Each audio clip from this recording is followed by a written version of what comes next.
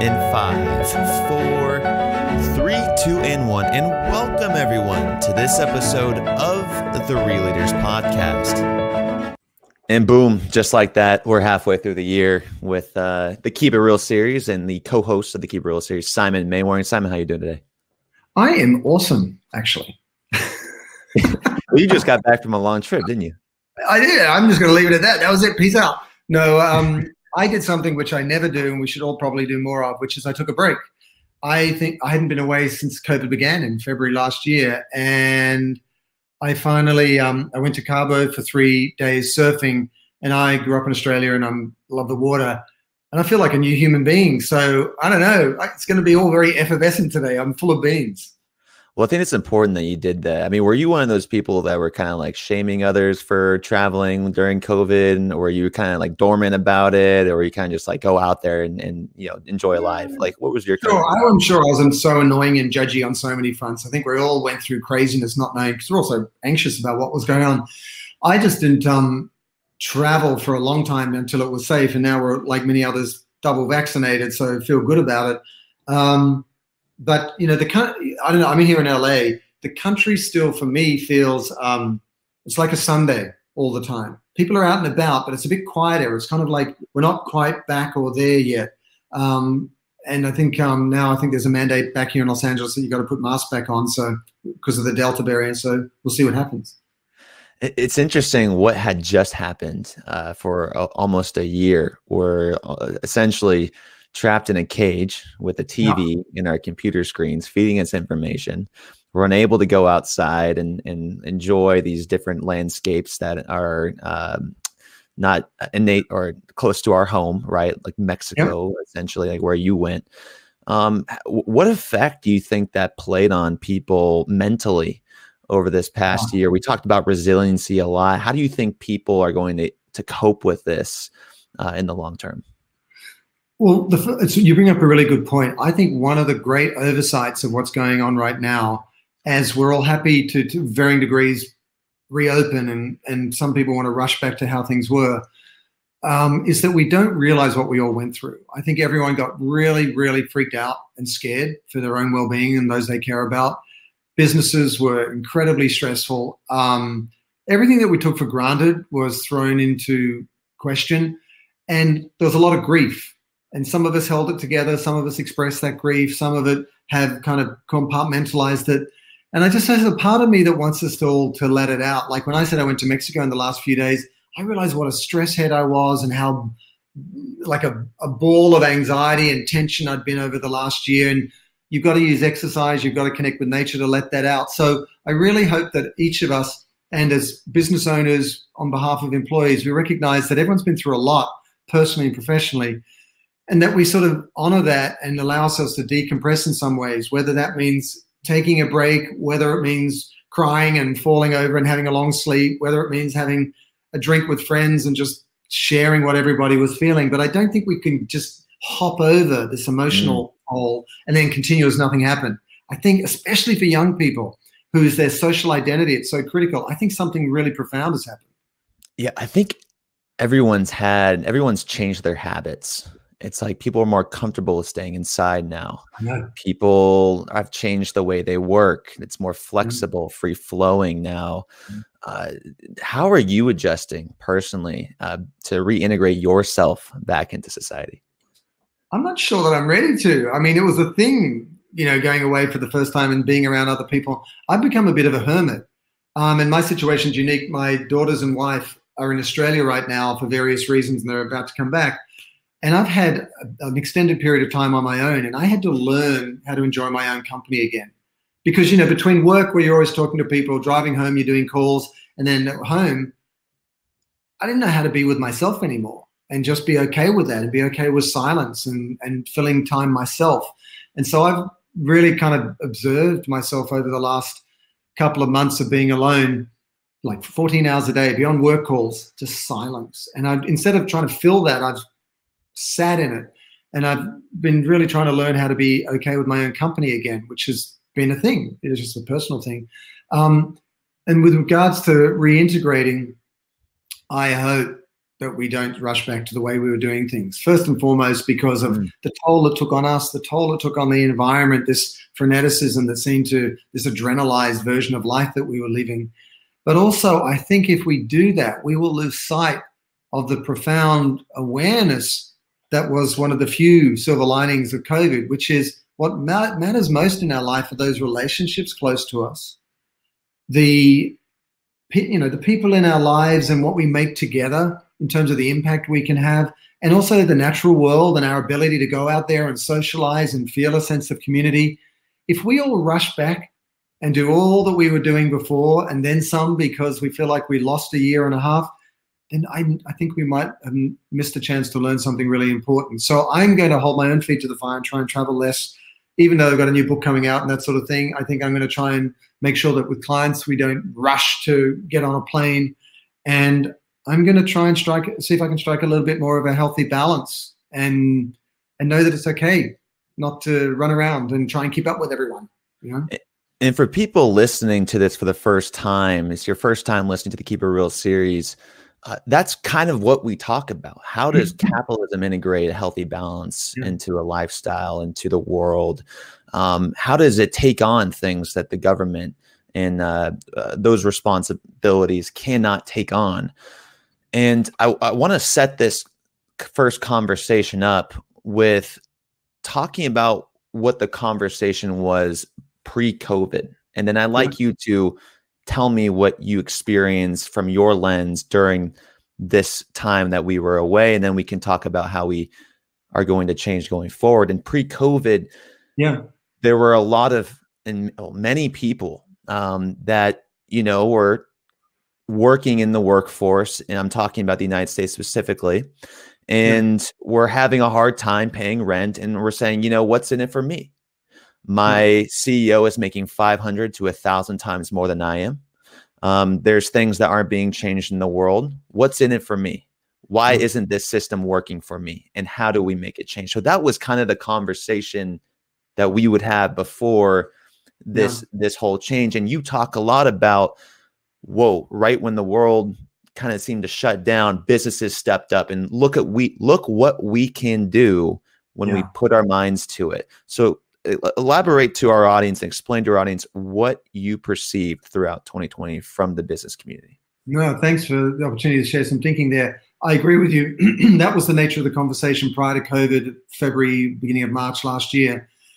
And then, I think what happened over the last 14, 15 months is that a conversation that was evolving and advancing accelerated, which is what is the role of capitalism, and how do we re-engineer capitalism? What is the role of business? And how do we practice business as companies and as leaders as a function of that? And I think there was this three things that came together. You've got climate, which is now top of people's mind again, but kind of diminished because COVID was top. Then there's obviously the COVID and all the variants. And then there's the Black Lives Matter movement and diversity and inclusion. And as a result of that, two things. One, I think the table stakes for any company of any size out there now include three things. You've got to be sustainable, have a sustainability commitment if you're a small company, or ESG commitments if you're a large company, environmental, social, and governance commitments. You've got to be very attentive to D&I and diversity and inclusion, or JEDI, justice, equity, diversity, and inclusion.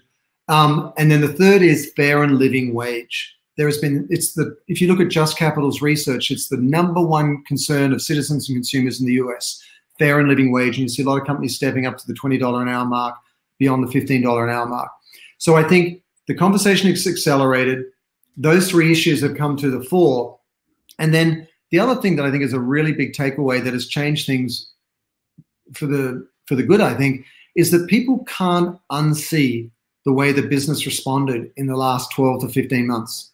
Like, you can't unsee people all around the world dropping their tools, re-engineering their supply chains, making PPE equipment and ventilators and meals for medical practitioners. We have seen firsthand in real time, in an accelerated time frame, business spinning up a whole new expression of who it is and the role that it plays. And everyone's seen that, from employees to customers to citizens. And we know that that's possible now. And so I think the expectations are higher. I think the scrutiny is higher. And I think it's actually accelerated a lot of the things that are in the works, which I think is a good thing. And now your book coming out, Lead with We, it talks about this collective mindset, which I love so dearly because it's hard to change the outside, the external world, but what you can do is you can change your mindset. And so explain to our audience what you mean by leading with we, and where you think this change can start from the inside of the brain of a CEO or a leader in the community. Yeah, it's an important question because I want to say, here's the brass tacks. We're in this mess, not because of any one company, one individual, or one industry. We're in this mess, whether it's climate or all these other issues, because we're all doing things that did damage. And so we've all got to work together to get out of it. No one company, no one billionaire, no one industry can fix it. So in the same way we're in this mess together, we need to get out of this mess together. And how do we do that? Well, the book explores how we work together as a we in new ways that will provide solutions that benefit everyone. So work together to benefit everyone. It's that simple. But why is that important? The vast majority of business doesn't work that way. Everyone works in a vacuum and they're trying to make sure that their shareholders get as much money as possible or they make as much profit as possible. And a lot of the time they say, damn the consequences, pollution, whatever it's going to be. In the vast majority of companies still, even though there's a lot of people talking about purpose, the vast majority haven't changed. And this is now at such an extent that we're facing an existential crisis for our species. Like the planet is literally in trouble. Look at the heat wave in the Northwest. Look at what's going on all around the world. There's so many indicators every day. And so this book provides a very important solution, I believe, in terms of what needs to happen for us to actually solve for it. Because here's the reality. We have the stakes. We are in trouble. Whether you look at it at pollution in the ocean plastic, whether it's loss of biodiversity, whether it's the climate emergency, whether it's social inequity, all of these different things, the stakes are high. We have the stakeholders, which just means who are the people invested in providing a solution? And for a long time, we would have leadership to some degree. We'd have conscious consumers. We maybe had employees. But now we've got all of them and suppliers and the investor class. You hear all the time now, all of this money going into ESG funds and so on, which is basically how big companies are kept accountable for what they're doing. So you've got the stakes, you've got the stakeholders, but what was missing is the story, which is the narrative around the role of business. And so as a leader of a company that's been charged with doing this time and time again for brands that we all know, B2B, B2C brands, I've been sitting there for the last 10 years of doing this work going, how do we actually get it done? We've got the stakes, we've got the stakeholders, but what's the missing piece? And for me, in all the research that I did, you need a narrative, a universally applicable narrative that people can apply in practical ways to reframe what they're doing. So Lead with We is three things. It's a point of departure. It's a mindset, okay? We need to work together to provide solutions that benefit everyone. That's a mindset. It's also a practice. We do it collaboratively with our employees, with our customers, with our suppliers. And it's also an aspiration or end state that we're driving towards, which is we are one human family, we share the same planet, and we've got to work together like the natural or the living world, living systems do. They're all codependent. So it's a point of departure, it's a process, and it's an end state. And the whole point is this. It sounds simple in practice, like duh, you know, we're all part of one human family, we all share the same planet. But if you honestly lead with we, what does that mean for a CEO? What does that mean for company culture? What does it mean for how you manage your supply chain? What does it mean for the products you make and what products you innovate and take to market? What does it mean for how you take them to market? What does it mean for your impact work? Everything changes. And so the book lays out a roadmap for how you can transform each of those really important elements of business, but then how they all work together to unlock the power of the sum of the parts. And here's the thing I'd end on. When you look at the natural world, everything plays a role. But the well-being of all the individual parts depends on the health and well-being of the entire natural ecosystem. And we see it breaking down in different ways and having huge consequences. So, you know, proving this out. We need to do the same. We need to protect the well-being of the whole so that parts can thrive, whether it's an investor, an employee, or a customer. And so Lead with We is all about how we reimagine business to live and work in new ways so that we can protect and restore the social and living systems on which all our futures depend. So a long answer, but that's what it's all about. Well, let's continue to explore this. Now, what I don't want to do is continue to recite what we've said in these last 9 episodes. And there are clear benefits to doing exactly what you're saying. Yep. The point I want to make is from an investor's perspective. I had an investor come on and he's asking about what makes the difference for me. Is sustainability and the purpose and the stakeholder value approach, is it in, does it fall underneath the CMO or does it fall underneath the COO? Mm-hmm. And the ones that fall underneath the COO, they really want to take a stronger look at and say, look, if they're actually saying or are about what they are saying, that's something that they want to invest in, something that's making a difference down the value chain. So let's take off the marketing cap real quick. Yep. For the operational perspective. Could you explain what that means to integrate purpose and collective leadership from an operations perspective? Yeah, so it's a great question. Firstly, the purpose work that I'm talking about is not limited to marketing or CSR, corporate social responsibility. In fact, that could not be further from the truth. It's the foundational purpose of a company, why that company exists. So to your point, it applies throughout the value chain, which is where you get your materials, how you make them, how you get them to market, how you market them, all the way through. So that's the fundamental presumption. The reason I'm sort of excited about what's going on is increasingly, when we were doing We First work years ago, my company's work, we would be talking to the chief sustainability officer or the head of philanthropy. It was the do-good leaders off to the side of the business. Then increasingly it became the CMO who was like, oh, wow, we've got to be more purposeful in our storytelling. And very quickly, the CEO, the chief executive officer who runs the company. And it's really interesting right now as we're seeing more and more, it's the CFO and CFO. So the COO, so the chief financial officer who runs all the money side, and the COO who's in charge of all the operations. Why are they doing it and what does that look like? They're doing it for several reasons. These days, all stakeholders, from employees to investors to consumers, are either looking at you and saying you're part of the problem or you're part of the solution. You as a company, what you make, how you make it. And they want to buy from, invest in, or work for companies doing good. All the data is bearing this out, which means if you're not looking at how you source your materials or the manufacturers who are your suppliers, tier 1, tier 2, tier 3, all the way down through your supply chain, they're exposing you to a risk that your employees, your investors, or consumers will call you out and say, you're part of the problem, or you say you're part of the solution when really you're part of the problem. And just look at how dynamic this is now. You saw engine number 1, an activist investor, take on ExxonMobil in the last couple of months and get 3 board seats and really force this leading energy company in the petrochemical world, to really re-engineer what it's doing, the oil and gas world. So you've got to mitigate the risk of that by re-engineering your supply chain. By the same token, you've got to look at who you hire, how you hire them, and how you treat them. So diversity and inclusion, JEDI, justice, equity, has become so important since the Black Lives Matter protests and the tragic murder of George Floyd and beyond.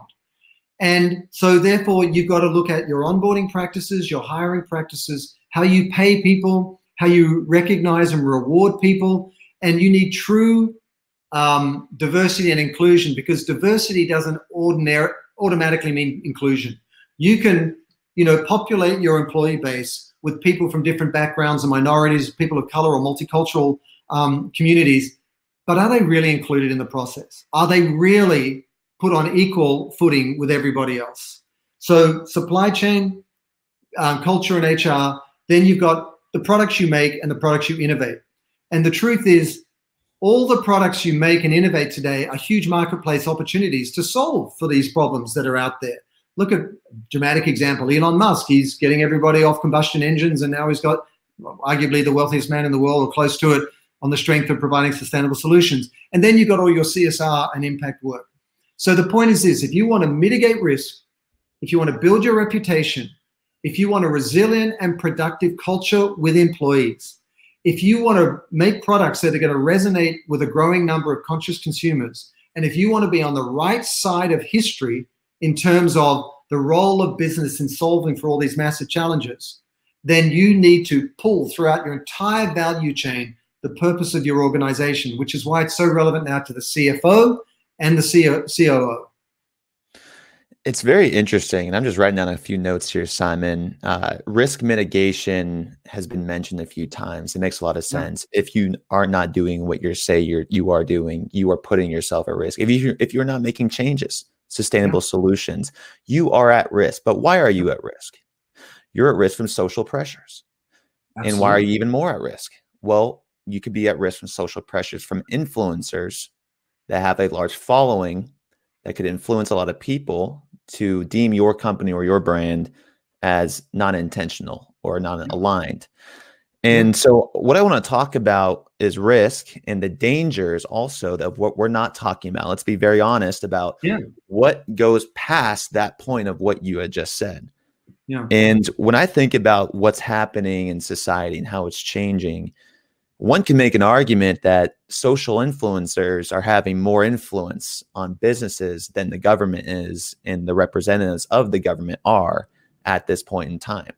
Right. Do you think that's dangerous? Do you think it's dangerous that business is succumbing to an influencer who has no concept of business, but sees something and is quick to react and makes a post or a statement or a video, and millions and millions and millions of people could potentially tarnish your brand? Do you see any danger in that?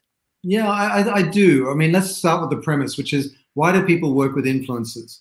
Well, you can grow the exposure or awareness of your brand or product much more quickly, not by collecting individual eyeballs, but by collecting groups of eyeballs. Right. So these brands reach out to an influencer that's got 1 million followers, and one would think that their values aligned, and therefore, great. You know, we've got 20 influencers, we're reaching 20 million people, for example.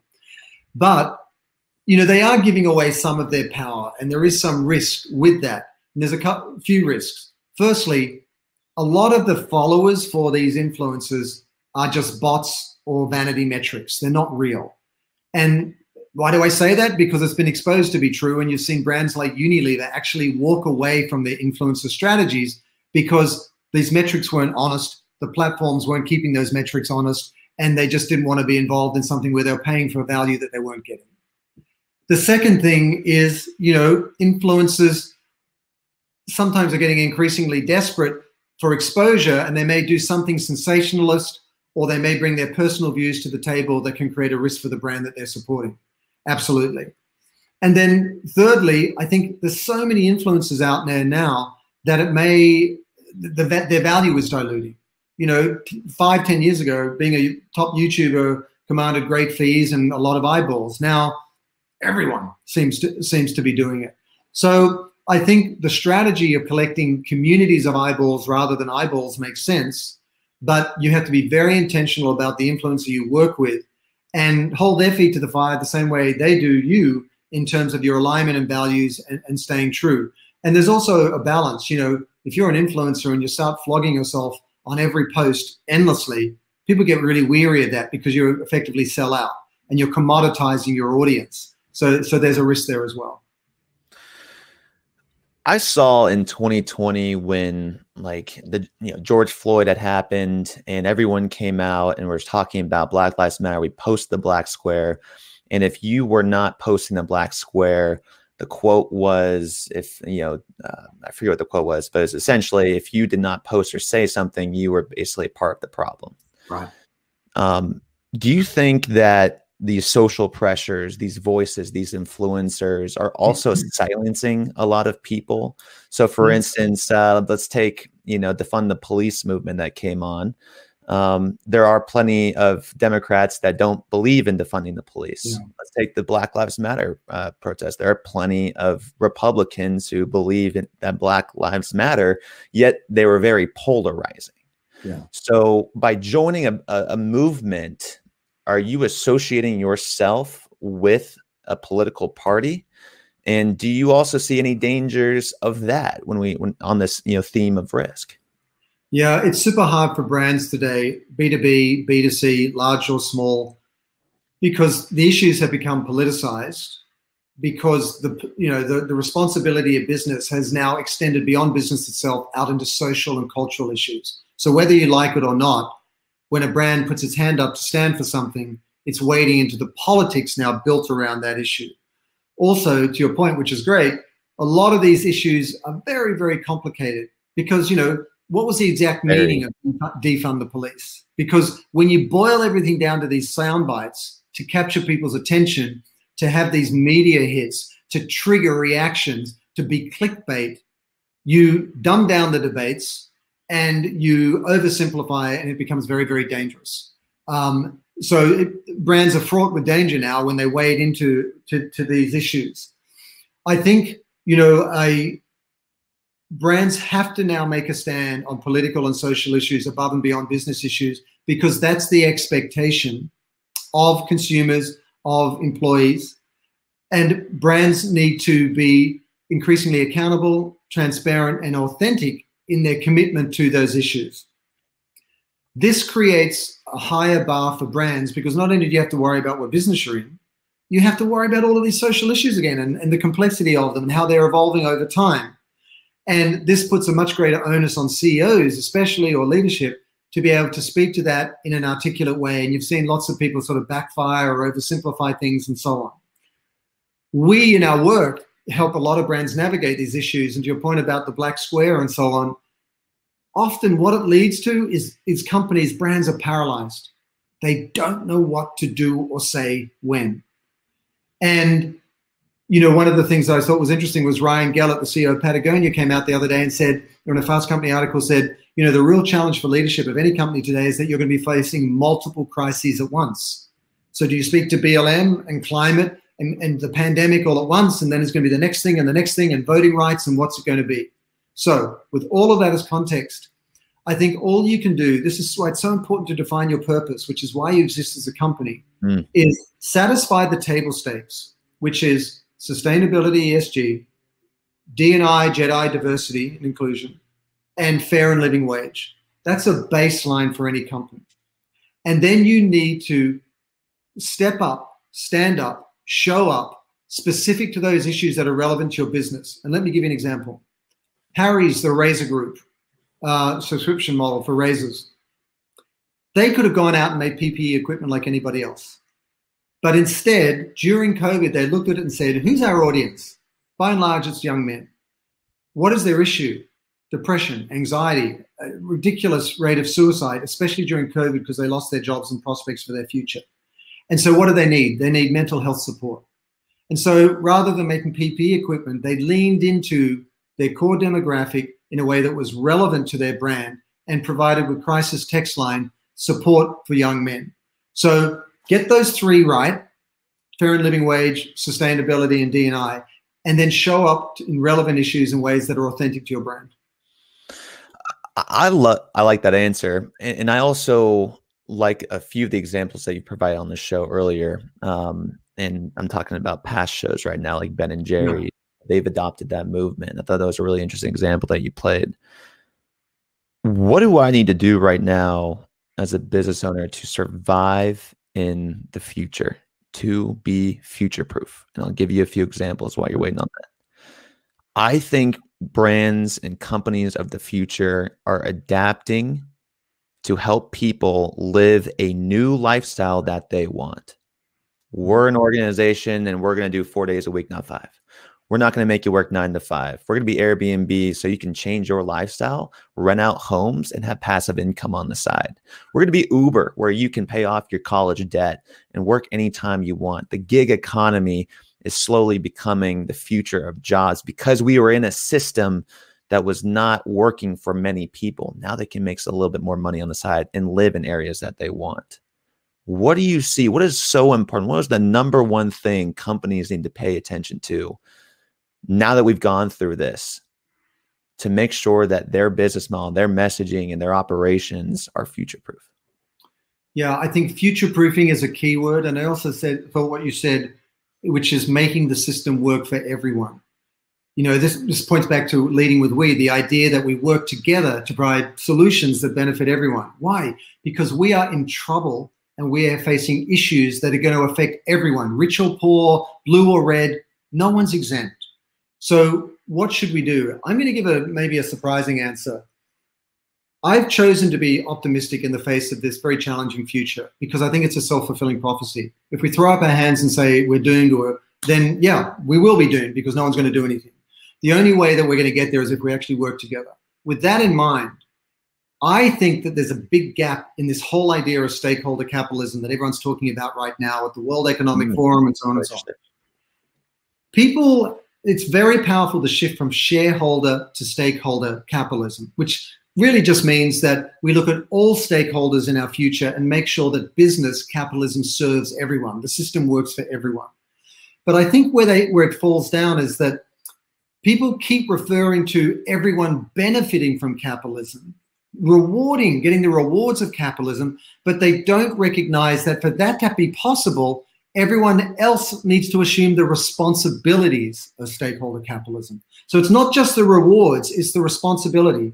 Pointing back to what I said before, which is we made this mess together. And every time only half of us try and fix it and the other half don't care, the whole thing falls apart because you undo everybody else's work. So we've got to do it together. What does that mean? It means that we should all enjoy the rewards, but we should also all assume the responsibilities. So to answer your question, what do I think brands or companies need to do? They need to reframe their role through this lens of collaborative leadership where they're working with their suppliers, their employees, their customers, partners, competitors, and create opportunities that unlock the agency of every stakeholder to assume responsibility to make the future better. What does that look like? We are going to make better for you, better for the planet products. We are going to encourage you to eat more of a plant-based diet. We are going to improve our own supply chain, but make sure we get plastics and chemicals out of what we make so that you're not, unintentionally putting them into, the natural environment simply by buying our products. Everyone out there cannot escape how much trouble we're in because it comes through our phone 10 times a day in every news story every single day. Heat waves in Northwest and whatever else it might be. So with all of that in mind, everyone is on point as to how their personal future has been compromised and how the future of their kids and they care about has been compromised. So I think the opportunity for companies is to co-create with their stakeholders ways to assume greater responsibility so that as an aggregate, we can all unlock the power of the same connective tissue that got us in trouble in the first place when everyone was doing everything wrong and so everything went to hell, to everyone doing everything right, so that it's not only solving for that issue, but it has a knock-on effect to solving for other issues. So I think that's the great opportunity. I think if we as companies sit there and go, sure, we're in trouble, but every one of these problems is a marketplace opportunity. And this is a wake-up call to improve our supply chain and how we treat our people and how we work with consumers. And we are going to make good-for-you products, and we're going to show up in the world in a way where it's going to do good. And we're going to do it with competitors. We're going to do it industry-wide, and we're going to get there. And if this sounds like naive, Pollyanna foolishness, let me just give you a few data points. The coalition of 300 CEOs who pressured the Biden administration to make more aggressive climate targets. The coalition of airlines, the Eco Skies coalition of airlines that came together and said business travelers can now offset their carbon footprint by paying extra. Victoria's Secret doing a, whiplash 180 turn to now being about women's empowerment instead of the objectification of women through the male gaze. It just goes on and on and on, these examples now of brands showing up differently in the investor class. So I think I'm incredibly encouraged. It's happening further, faster as the issues become more acute. And I see that there's this massive opportunity for innovation and growth on the strength of solving for these issues. And I just want to make sure our audience is up to date because we tend to go off and talk really far because we know each other. We talk about this stuff all the time. For people listening to this for the first time, what we're really talking about is and please let me know if you agree with this, I would say the updating of capitalism. Yeah. And so in 1980, we have Milton Friedman who says the social responsibility of business is to maximize profits. And if you are to speak any otherwise, you are, I think the quote was, an unadulterated puppet of socialism, of the in the intellectual forces that are trying to influence socialism. But now we've come to this state with the rise of social entrepreneurs, impact investors, and companies that are saying exactly what you just said. We need to co-create. We need to add value to the value chain in our inbound logistics, in our manufacturing, our outbound logistics, our sales and marketing, and our customer support. All throughout our value chain needs to flow and immerse and center this idea, that spiral around the purpose and core values. And I think the one thing we may not be talking about is this idea that we've all, I guess, tacitly agreed upon, that organizations that only work to maximize profitability are going to be the best companies in the future. I don't think that's true. If you were to tell Yvon Chouinard of Patagonia were to start a company today and say, I'm going to spend loads of money on an organic cotton supply chain. I'm going to invest tons of money into an adult daycare center in my headquarters. And I'm going to cut off all my other suppliers. I'm going to make a wetsuit that is that doesn't use virgin oil, and I'm going to give away the patent. If you were going to tell, if Yvon Chouinard was going to tell an investor that today, they wouldn't invest in it. Yet, they're the most notable clothing company that is best for the world. Do you agree with that? Do you think that we are tacitly agreeing that businesses, the best businesses and the ones that invest, and we're going to invest tons of money even though we might lose it, are the companies that are trying to maximize profitability? And do you think there's an argument to be said that, well, maybe the companies are going a different direction by, like you said, co-creation, stakeholder value are the ones of the future? I'm going to put an opinion out there that I want to be held accountable to. I launched We First when I wrote a book called We First back in 2011. And the first chapter of that book was The Future of Profit is Purpose. And in 2011, people thought I was a lunatic. Never going to happen. Isn't it nice that naive people like you exist? And here we are 10 years later, and there is the marketplace has changed for all the reasons we've just said. There's something else that I said in that book, which I think is equally true, and we're not there yet, which is the most iconic brands of the future will be those with the greatest social impact. And let me give you some pointers, like proof points, because all of this sounds like we're drinking our own Kool-Aid and we're just naive and foolish people. Tesla, just look at how successful the company has been by solving for the impact of the combustion engine.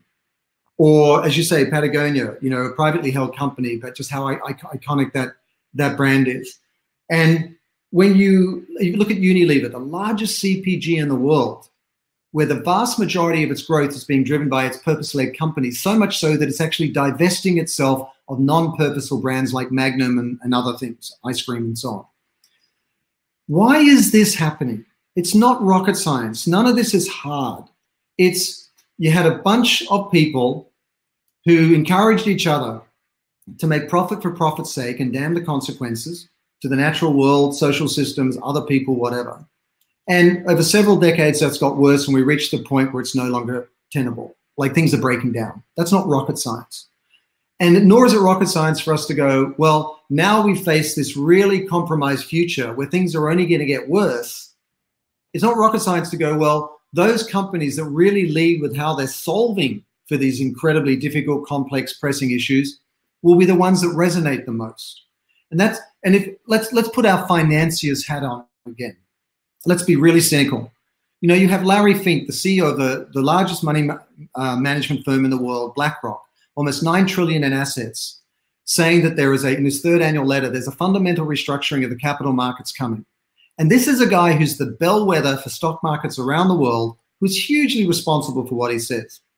And he said, everybody needs to have an ESG, a sustainability agenda, not because it's a do-good, make the world better place thing, but because he can't in good conscience advise investors to put their money into companies that aren't set up to survive what's coming with the climate emergency.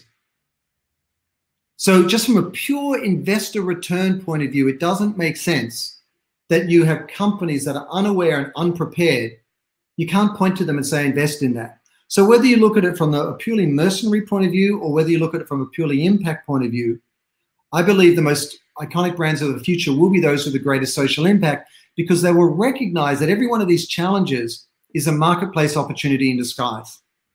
And when they re-engineer their supply chain, when they treat their people differently, when they take different products to market and innovate, new ones, they will capture that marketplace opportunity. And just 3 examples. Look at the rise of clean food, clean beauty, and clean apparel.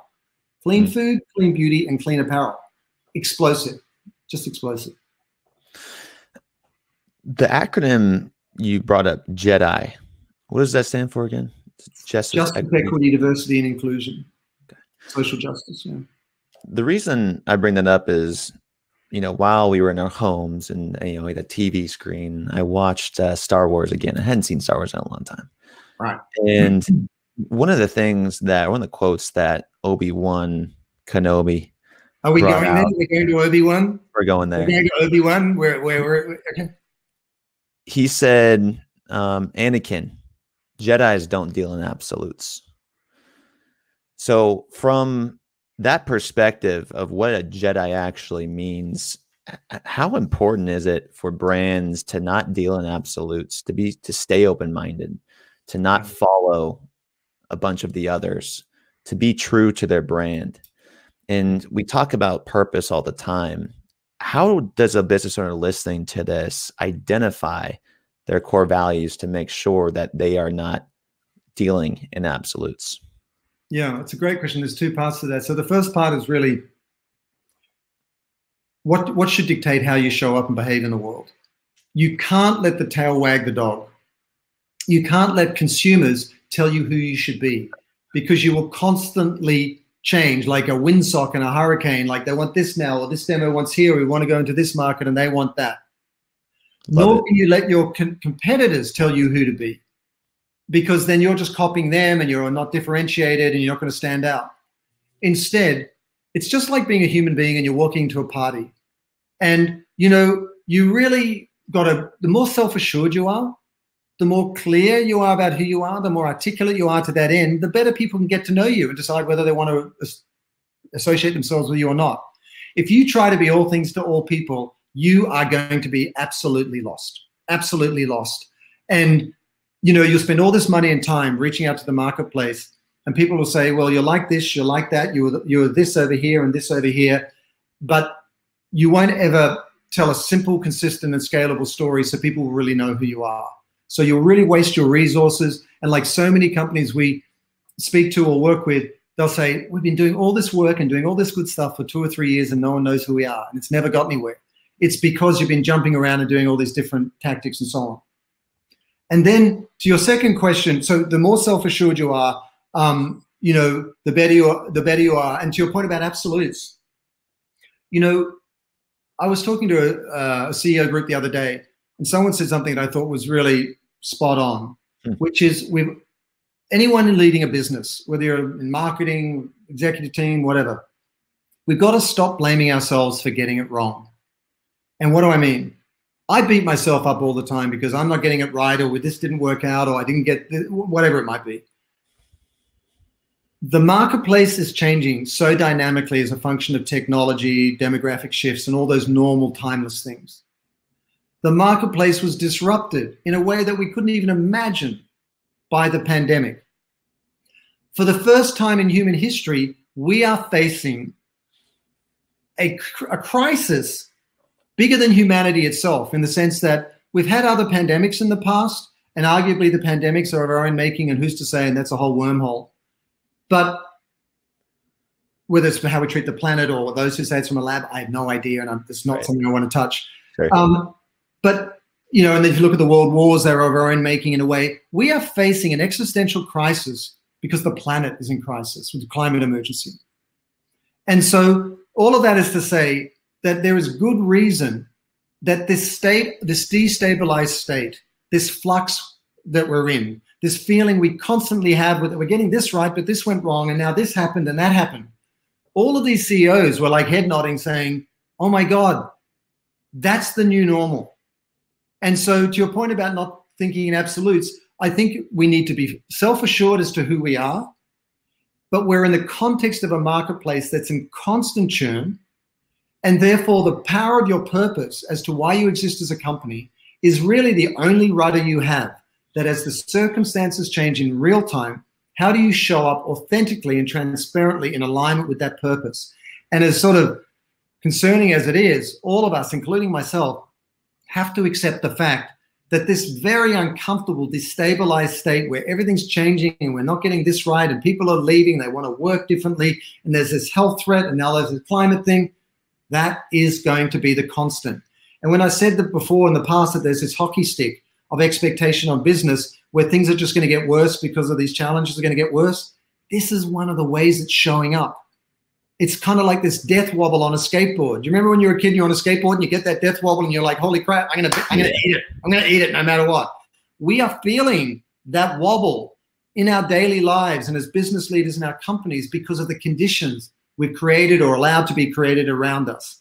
So to answer your question, I think, no, we don't deal in absolutes, but we've got to be self-assured as a brand in the context of a very fluid and dynamic marketplace and a very challenged marketplace.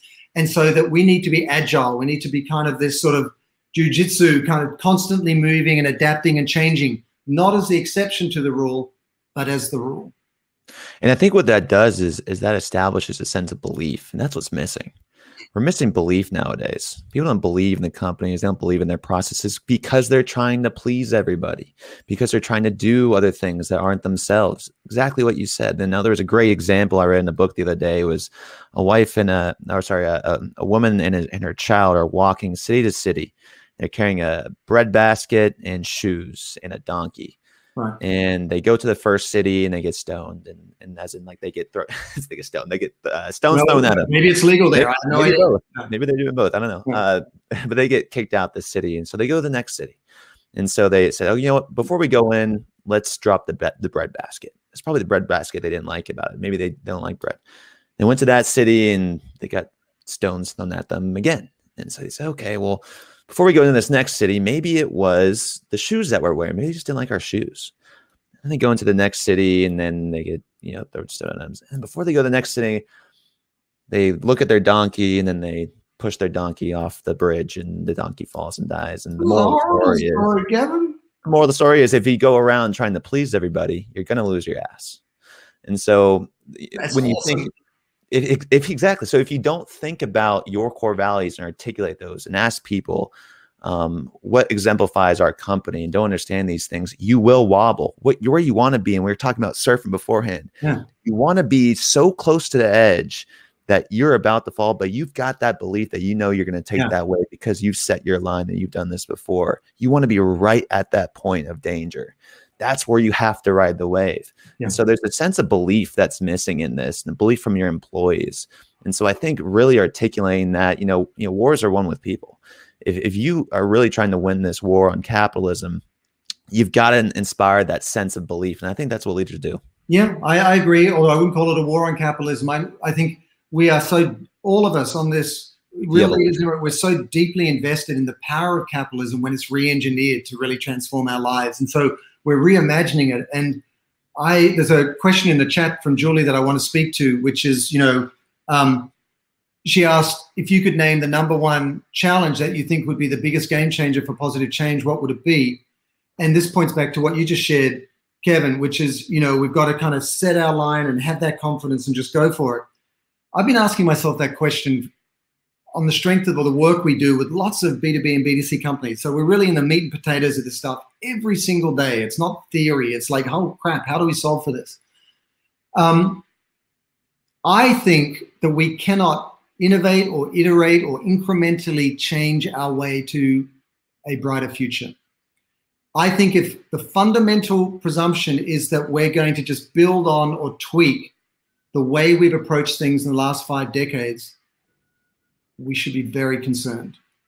I think the number one thing we need to do is to change our mindset in the first place for how we see the role of business, for how we act within that, and so on.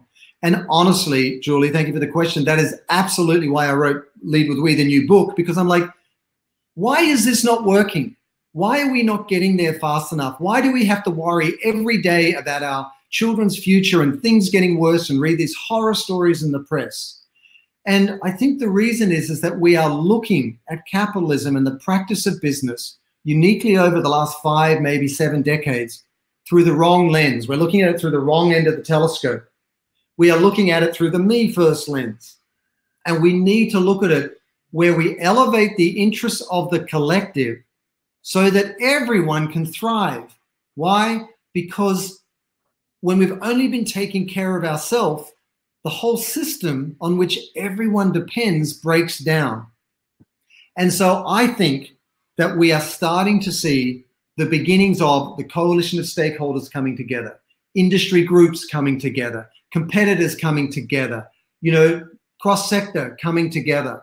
And what is the theme that's emerging? If you laid out 1,000 examples out on the wall, it's not rocket science. It's like, we're in this together. We're either going to succeed together or fail alone, as the expression goes. Mm-hmm. So my big passion is, could we create something like, Lead with We, where you go, I can apply this as a CEO. How do I make this decision through that lens? I can apply this as an HR officer. I can apply this as a product innovator. What's that filter that works across all departments and functions? And what's that filter that works in Johannesburg and Sydney and Berlin and Bangladesh and Delhi? What is that universal mindset shift, that language that allows all of us to go, oh, right, 1980s, greed is good, profit for profit's sake, fiduciary duty to shareholders, whatever it was. What is that new equivalent that we need that we can apply day in and day out, and that we look back on in 5 or 10 years and go, oh my God, this is self-evident. The same way today to be purposeful as a brand is almost self-evident, when 10 years ago, it was not in any way, shape, or form on the tip of the tongue of anybody. And now we're all like, oh, of course you need to. And look at this, and McKinsey and PwC, and everyone's talking about this. And how could it be any other way? I want to work with others in this choir of change to get to a point where we embrace the power of the collective to work together to solve these issues. And then when we do that, I think it will be a renaissance for capitalism. And it will unlock a legion of entrepreneurs that will enjoy extraordinary growth and wealth by solving for these issues. And we'll look back at the way we practice business and the consequences on our lives and others' lives especially, and go, what the hell were we thinking? The same way younger generations like my 2 daughters, 18 and 21-year-olds, go, like, you want a medal for changing what you're doing? What the hell were you doing in the first place? So, yeah. That's the number one thing I think needs to change, which is the mindset, the perspective, the lens through which we look at capitalism and business. And then we can use those same dynamics and achieve extraordinary things in the next decade. We forget, right? We often forget that capitalism is it's amoral. It is an evolution of things. We often, so many times over the years, so many times. Yeah. We often forget that civilization, humanity will surpass us for hundreds and hundreds of years too. This is primitive thinking that we are in right now. We will look back and say, what were we talking about? We're not living forever. Exactly. That's not okay. So what I find hopeful is, and as much as I don't like it, we are seeing capitalism evolve faster than before. And that's, I think, through social media. I think social media is a counterbalance of socialism in capitalism, and it's capitalism's baby. And so it's out of a birth of an iPhone, which then results to a platform and mobile and stuff, people on your phones. And then you now have apps, and then now you have platforms, and now you have people talking on platforms. Now you have people talking on platforms that are more influential than the people that created them. Right. That's true. But I want to pull out one thing, which is, capitalism and socialism are fungible terms. They change, they evolve over time, as you said. Yeah, exactly. But they become these polarized, politicized labels. And Yes. neither of them mean what they used to, and neither do they, and then neither shows up in the same way in different people's lives, depending on how they even look at life, through the political lens, the social lens, where they live, and so on. So it's really hard to have substantive discussions around complex issue in this soundbite world. It's really, really hard, you know? Mm. Yeah, exactly. It is. And that's why I'm kind of torn on that, because like, okay, was this the right solution for it? But it doesn't matter. It's happened. It's here. We have to be in the moment, the present, and think about how it's changing in the future. But where you do need that balance. You do need socialism, capitalism and socialism. Yeah. Because to me, capitalism is like unequally bad and socialism is equally bad. And so like, where's the yin and the yang? Where's the chaos and the order in the middle? And where can we find this center ground, this center place collectively, to, benefit the common good, the common person who's, just trying to get by and pay rent, which is exactly where we kind of started this episode. All right. And we started it with surfing as well. And you know what the other thing is, I would just say before we go, and thank you for people that, listening in today, is like, I found personally just connecting with the natural world again, which I really haven't done much of in the last year, and getting in the water, which is for me, for some people it's the mountains. It just reminds you about what's important, and it puts everything in perspective. And if I was to give a really clumsy kind of point of view as to where do we all start with this really sort of heady, complex thing, in terms of capitalism, socialism, it's instructive to go to the World Economic Forum and all the reports they put out each year. There's some really in-depth explanations about that calibration. So that's one resource there. But more broadly, get out into the natural world. Look at the extraordinary environment around it. Look at the gift we've been given. It'll restore us personally. It will allow us to connect with what we share with other human beings on the planet, which is that connection to each other in the natural world. And it'll allow us to kind of step away from the distortion that comes through looking at life through these little screen lenses and these Zoom cameras and so on. And it'll just allow us to recognize what we have in common as opposed to what separates us. And I think that's a really, really foundational, fundamental starting point. And it's something that I've really been made mindful of in the last few days. And I just hope we all get out there and just connect to what nurtures us, Well, Sam, I hope you continue the surfing path, the surfing route, and just get back on that board. It's very difficult to get off sometimes. So, so I appreciate you coming on back on the Keep It Real series. Thanks everyone for tuning in today, and always, folks, keep it real. Next time. Thanks everyone.